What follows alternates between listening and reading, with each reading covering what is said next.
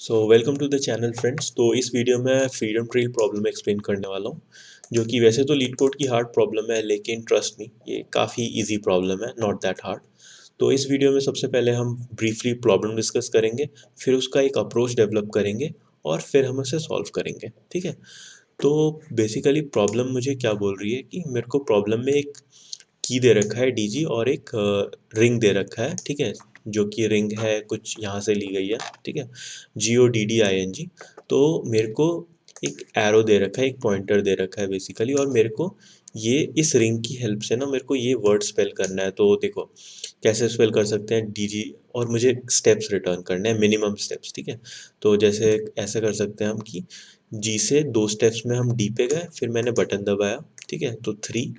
फिर मैं डी से जी पे गया, फिर मैंने बटन दबाया, तो 2 स्टेप्स जाने के प्लस 1 स्टेप बटन दबाने के, टोटल 6 स्टेप्स हो गए। ठीक है, तो अभी ये प्रॉब्लम में ना, ये डायनामिक प्रोग्रामिंग की प्रॉब्लम है। ठीक है, तो मैं बताता हूँ कि डायनामिक प्रोग्रामिंग की प्रॉब्लम कैसे आइडेंटिफाई की, मैंने कैसे आइडेंटिफाई की और जनरली कैसे करते हैं। ठीक है, तो देखो, अगर किसी भी प्रॉब्लम में तुमको ऑप्टिमाइजेशन दे रखा हो, कुछ बोला हो मैक्सिमम मिनिमम, कुछ कंस्ट्रेंट्स दे रखे हो, है ना, मैक्सिमम मिनिमम, प्लस तुम्हारे पास कुछ चॉइसेस बने। ठीक है, तो ना तुम्हें समझ जाना चाहिए कि ये डायनामिक प्रोग्रामिंग की प्रॉब्लम है। ठीक है, अब तुम्हें ये तो पता चल गया कि इस प्रॉब्लम में मेरे ऑप्टिमाइजेशन तो है, मेरे को मिनिमम स्टेप्स में डीजी बनाना है ना इस रिंग से। ये कैसे डिसाइड करोगे कि चॉइसेस कहाँ है? ठीक है, तो ध्यान से देखो, पिछली तो ध्यान से देखोगे तो तुम्हें पता चलेगा। देखो, जब मैं यहाँ जी पे हूँ, ठीक है, तो जी से मुझे डी पे जाना है। ठीक है, तो मेरे पास क्या चॉइस थी? मैं चाहूँ तो इस डी पे जा सकता था।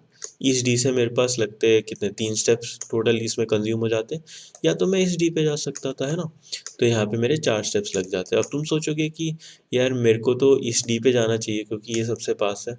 नहीं, एक्चुअली हो सकता है तुम्हारा इस डी के बाद में आगे कुछ ऐसे कैरेक्टर्स हो जो कि इस डी से पहुंचने में ज़्यादा बेटर हो as compare to this D. ऐसा भी हो सकता है, इसलिए तुम्हारे पास चॉइस है, लेकिन तुम्हें नहीं पता अभी कि कौन सा डी बेटर है। ठीक है, तो यहाँ पे तुम्हारे पास चॉइस थी, या तो मैं इस डी पे जाता या तो इस डी पे जाता। ठीक है, फिर इस चॉइस के बाद मेरे को जी पे जाना है। ठीक है, तो जी पे जाने के लिए अगर मैं यहाँ पे होता तो मैं इस जी पे जा सकता था, या तो मैं इस जी पे जा सकता था। ठीक है, और सिमिलरली इस डी पे होता तो मैं इस जी पे जा सकता था या फिर इस जी पे जा सकता था। ठीक है, तो एक से आंसर 6 आ जाता एक स्टेप से, और अगले से कुछ 7 या 8 आंसर आ जाता। ठीक है, लेकिन स्टार्टिंग में तो मुझे नहीं पता है। ठीक है, तो डिपेंड करता है कि मैं कौन सी चॉइसेस लूँ, उस चॉइस पे मेरा ऑप्टिमाइज्ड आंसर डिपेंड करेगा। ठीक है, तो चलो कोड करते हैं। ठीक है, जैसे जैसे मैं कोड करूँगा तुम्हें और क्लियर होता जाएगा। ठीक है, तो देखो, डायनेमिक प्रोग्रामिंग की कोई भी प्रॉब्लम कैसे सॉल्व करने का सही तरीका है। देखो, कभी भी ये टेबल वेबल मत बनाओ कि डायनेमिक प्रोग्रामिंग है तो टेबल बनाना है। ठीक है, मैं जैसा कि मैं अपनी पुरानी वीडियोस में भी बोलता हूँ कि किसी भी डीपी की प्रॉब्लम को सॉल्व करने के लिए सबसे पहले उस प्रॉब्लम को रिकर्सिवली लिखो, फिर उसको तुम मेमोराइज करो। ठीक है, फिर तुम चाहो तो उसको टैबुलेट कर सकते हो। तो ये प्रॉब्लम में कैसे कैसे करूँगा, तो सबसे पहले मैं इंट एक पॉइंटर वेरिएबल बना देता हूँ। इंट पॉइंटर, पॉइंटर क्या होगा? पॉइंटर बेसिकली, चलो इसको थोड़ा क्लियर कर देता हूँ मैं। पॉइंटर बेसिकली ये होगा कि pointer will be pointing to this thing. ठीक है, पॉइंटर जो डीजी जो मेरा की दे रखा है उसको ट्रैवर्स करेगा। ठीक है, so int pointer will be zero initially, sorry pointer zero ये नहीं होगा, सॉरी सॉरी, पॉइंटर मेरा ये होगा जो मेरा डायल पे ये जाएगा। ठीक है, पॉइंटर ये डायल है। ठीक है, तो int pointer is equal to zero, और एक इंट इंडेक्स बना लेता हूँ, index is equal to zero. Index basically, index मेरा इसको ट्रैवर्स करेगा, ये जो की है ना उसको ट्रैवर्स करेगा, आगे जाएगा। ठीक है, तो और फिर मैं क्या करता हूँ, मैं बेसिकली इंट साइज लिख लेता हूँ कि int N is equal to ring dot size. ये आगे काम आएगा। Int M is equal to, int M is equal to what, key dot size. ठीक है, अब मैं एक फंक्शन बनाऊंगा, रिकर्सिव फंक्शन। ठीक है, जो कि मेरे को आंसर ला के देगा। ठीक है, तो रिकर्सिव फंक्शन का नाम ले लेते हैं सॉल्व। ठीक है, सॉल्व में मैं कुछ पैरामीटर पास करूंगा जो कि रिंग है, की है, प्लस क्या जाएगा, एक मेरा पॉइंटर जाएगा और एक मेरा इंडेक्स जाएगा। ठीक है, तो अभी तुम्हें समझ में आएगा। तो ये जो सॉल्व फंक्शन है ना, ये मुझे सॉल्व करके देगा कि मेरे को कैसे काम करना है। तो चलो लिख लेता हूँ। सिंस स्ट्रिंग का मैं एड्रेस पास कर रहा हूँ, स्ट्रिंग, फिर ring comma int pointer comma int की। ठीक है, अब देखो कोई भी रिकर्शन की प्रॉब्लम है ना, तो रिकर्शन की प्रॉब्लम को सॉल्व, रिकर्शन के प्रॉब्लम के दो पार्ट्स होते हैं। फर्स्ट पार्ट होता है बेस कंडीशन, सेकंड पार्ट होता है चॉइस। ठीक है, तो सबसे पहले चलो बेस कंडीशन समझते हैं। बेस कंडीशन, मेरे को रिकर्शन में प्रॉब्लम छोटा करना है ना, तो देखो अगर सपोज जैसे मेरे को डीजी दे रखा है यहाँ पे की, अगर डीजी की जगह कुछ भी एम्प्टी की दिया होता तो क्या आंसर आता? ऑब्वियसली ज़ीरो आंसर आता है ना। तो सिमिलरली बेस कंडीशन क्या हो जाएगा, इंट, देखो एक्चुअली मैं यहाँ पे ये साइजेस लिख लेता हूँ फिर से। तो बेसिकली होगा क्या कि मैं जब अपने कैरेक्टर्स को ट्रैवर्स करूँगा की को, ठीक है, तो पहले मैं यहाँ पे आऊँगा, फिर यहाँ पे जाऊँगा, फिर एंड में लास्ट में अपने की से बाहर चले जाऊँगा। ठीक है, तो की से बाहर जाना इसका मतलब की एग्जिस्ट नहीं करती है, मतलब मेरे सारे कैरेक्टर्स ख़त्म हो गए। So if what, so if the index is greater than M, greater than या इक्वल टू एम, तो इन दैट केस मैं क्या करूँगा, रिटर्न ज़ीरो करूँगा। ठीक है, तो ये हो गया मेरा बेस कंडीशन। तो चलो चॉइसेस के लिए सबसे पहले मैं एक इंट स्टेप्स वेरिएबल बना देता हूँ। Int steps is equal to, initially मैं मान लेता हूँ कि किसी भी नेक्स्ट कैरेक्टर तक जाने के लिए मुझे 1/10 बेसिकली 9 स्टेप्स लगेंगे। ठीक है, तो अब हम आते हैं चॉइसेस वाले पार्ट्स पे। ठीक है, तो चॉइसेस मेरे पास कहाँ से आएंगे, चलो देखते हैं।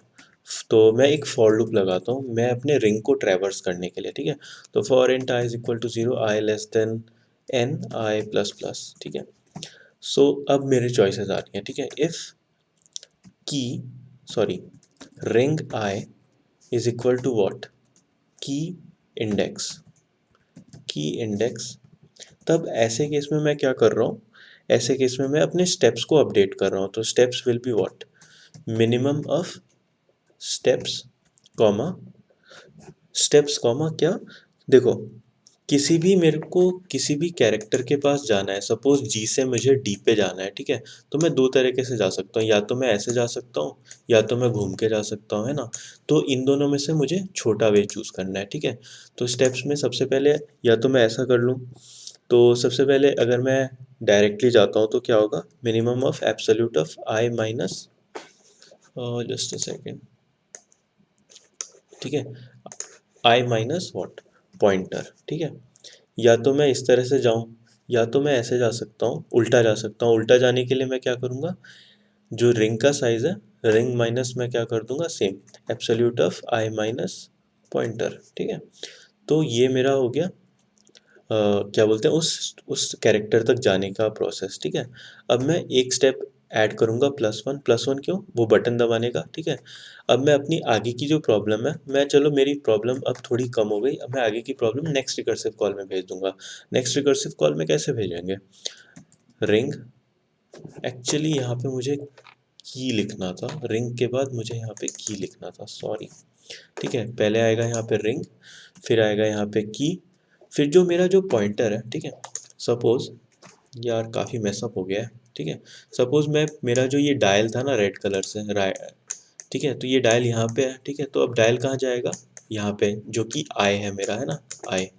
तो अब मेरा जो पॉइंटर है वो बन गया है आई। ठीक है, और जो की का है वो इंडेक्स +1। एक्चुअली यार मैंने यहाँ पे भी की लिख दिया था, इंडेक्स +1 आएगा यहाँ पे, I am very sorry, index +1, sorry index. ठीक है, तो मेरा इंडेक्स, मेरा यहाँ पे ओके, मेरा इंडेक्स यहाँ पे इंक्रीज कर जाएगा। ठीक है, अब चलते हैं, तो बेसिकली ये मेरा नेक्स्ट रिकर्सिव कॉल हो गया। अब तुम पूछोगे यहाँ पे चॉइसेस क्या ली। ठीक है, चॉइसेस मैंने ये ली हैं। ठीक है, चॉइसेस देखो, रिंग आई में ये फॉर लूप में क्या कर रहा हूँ, रियलिटी में मैं चॉइस ले रहा हूँ। ठीक है, फॉर लूप में क्या होगा, देखो मैं यहाँ से स्टार्ट करूँगा, यहाँ पे मैं इस वाले डी पे आऊँगा, तो ये मेरी एक चॉइस हो गई, और मैं यहाँ से आगे एक्सप्लोर करूँगा। ठीक है, यहाँ से आगे एक्सप्लोर करूँगा और वहाँ से मुझे कुछ आंसर मिलेगा, तो मैं वापस से अपने ओरिजिनल इस फॉर लूप में आऊँगा, फिर मैं फॉर लूप में इस डी पे जाऊँगा। ठीक है, इस डी से मैं एक वापस से फिर आंसर से एक्सप्लोर करूँगा, फिर मुझे कुछ आंसर मिलेगा और उसमें से मैं मिनिमम लूँगा। ठीक है, और लास्ट में क्या करना है, रिटर्न कर देना है मुझे अपने स्टेप्स। ठीक है। तो ये मेरा पार्ट हो गया रिकर्सिव पार्ट। तो चलो एक बार इसको रन करके देख लेते हैं कि मैंने कोई कुछ गलती तो नहीं की। तो देखो मैंने कुछ टेस्ट केसेस लिखे थे तो ये एकदम परफेक्टली रन हो रहा है। ठीक है। तो देखो ये बहुत अच्छी बात है कि रिकर्सिव कोड रन हो रहा है। अब मैं इसको सेंड करूँगा तो मेरा टीएलई आएगा। टीएलई आएगा क्यों? क्योंकि मैं एक्चुअली बार बार सब प्रॉब्लम्स को सॉल्व कर रहा हूँ। ठीक है। तो अब इस टीएलई को डील करने के लिए क्या करना है? मेमोइज करना है। अब मेमोइजेशन अगर तुम रिकर्सिव कोड लिख लोगे ना डीपी में, तो तुम्हें मेमोइज करना एकदम चुटकियों का काम है। ठीक है। चुटकियों का काम कैसे है? देखो मैं यहाँ पे एक 2D वेक्टर बना रहा हूँ। ठीक है। Vector of vector int DP. ठीक है। अब तुम पूछोगे यार ये 2D डीपी क्यों बनाई? 3D डीपी भी तो बना सकता था या 1D डीपी भी बना सकता था, है ना? तो देखो 2D डीपी ऐसे बनाते हैं कि अगर मैं रिकर्सिव में देखो, मैं देखता हूँ कि मेरे रिकर्सिव कॉल में कितने पैरामीटर्स चेंज हो रहे हैं। ठीक है। क्या मेरा रिंग हर रिकर्सिव कॉल पे चेंज हो रहा है? नहीं। क्या मेरा की चेंज हो रहा है? बिल्कुल नहीं। क्या मेरा पॉइंटर चेंज कर रहा है हर रिकर्सिव कॉल पे? हाँ ऑफ कोर्स कर रहा है। पॉइंटर हर बार चेंज हो रहा है। इंडेक्स चेंज हो रहा है क्या मेरा? हाँ ऑब्वियसली इंडेक्स +1 चेंज हो रहा है। तो मैं देख रहा हूँ मेरे दो चीज़ें चेंज हो रही हैं। इसलिए मैं क्या करूँगा कि 2D वेक्टर बनाऊँगा। ठीक है। अब 2D वेक्टर को पहले इनिशियलाइज कर लेते हैं। ठीक है। इनिशियलाइज कैसे करेंगे? इनिशियलाइज ऐसे करेंगे dp.assign what, just a second. Okay.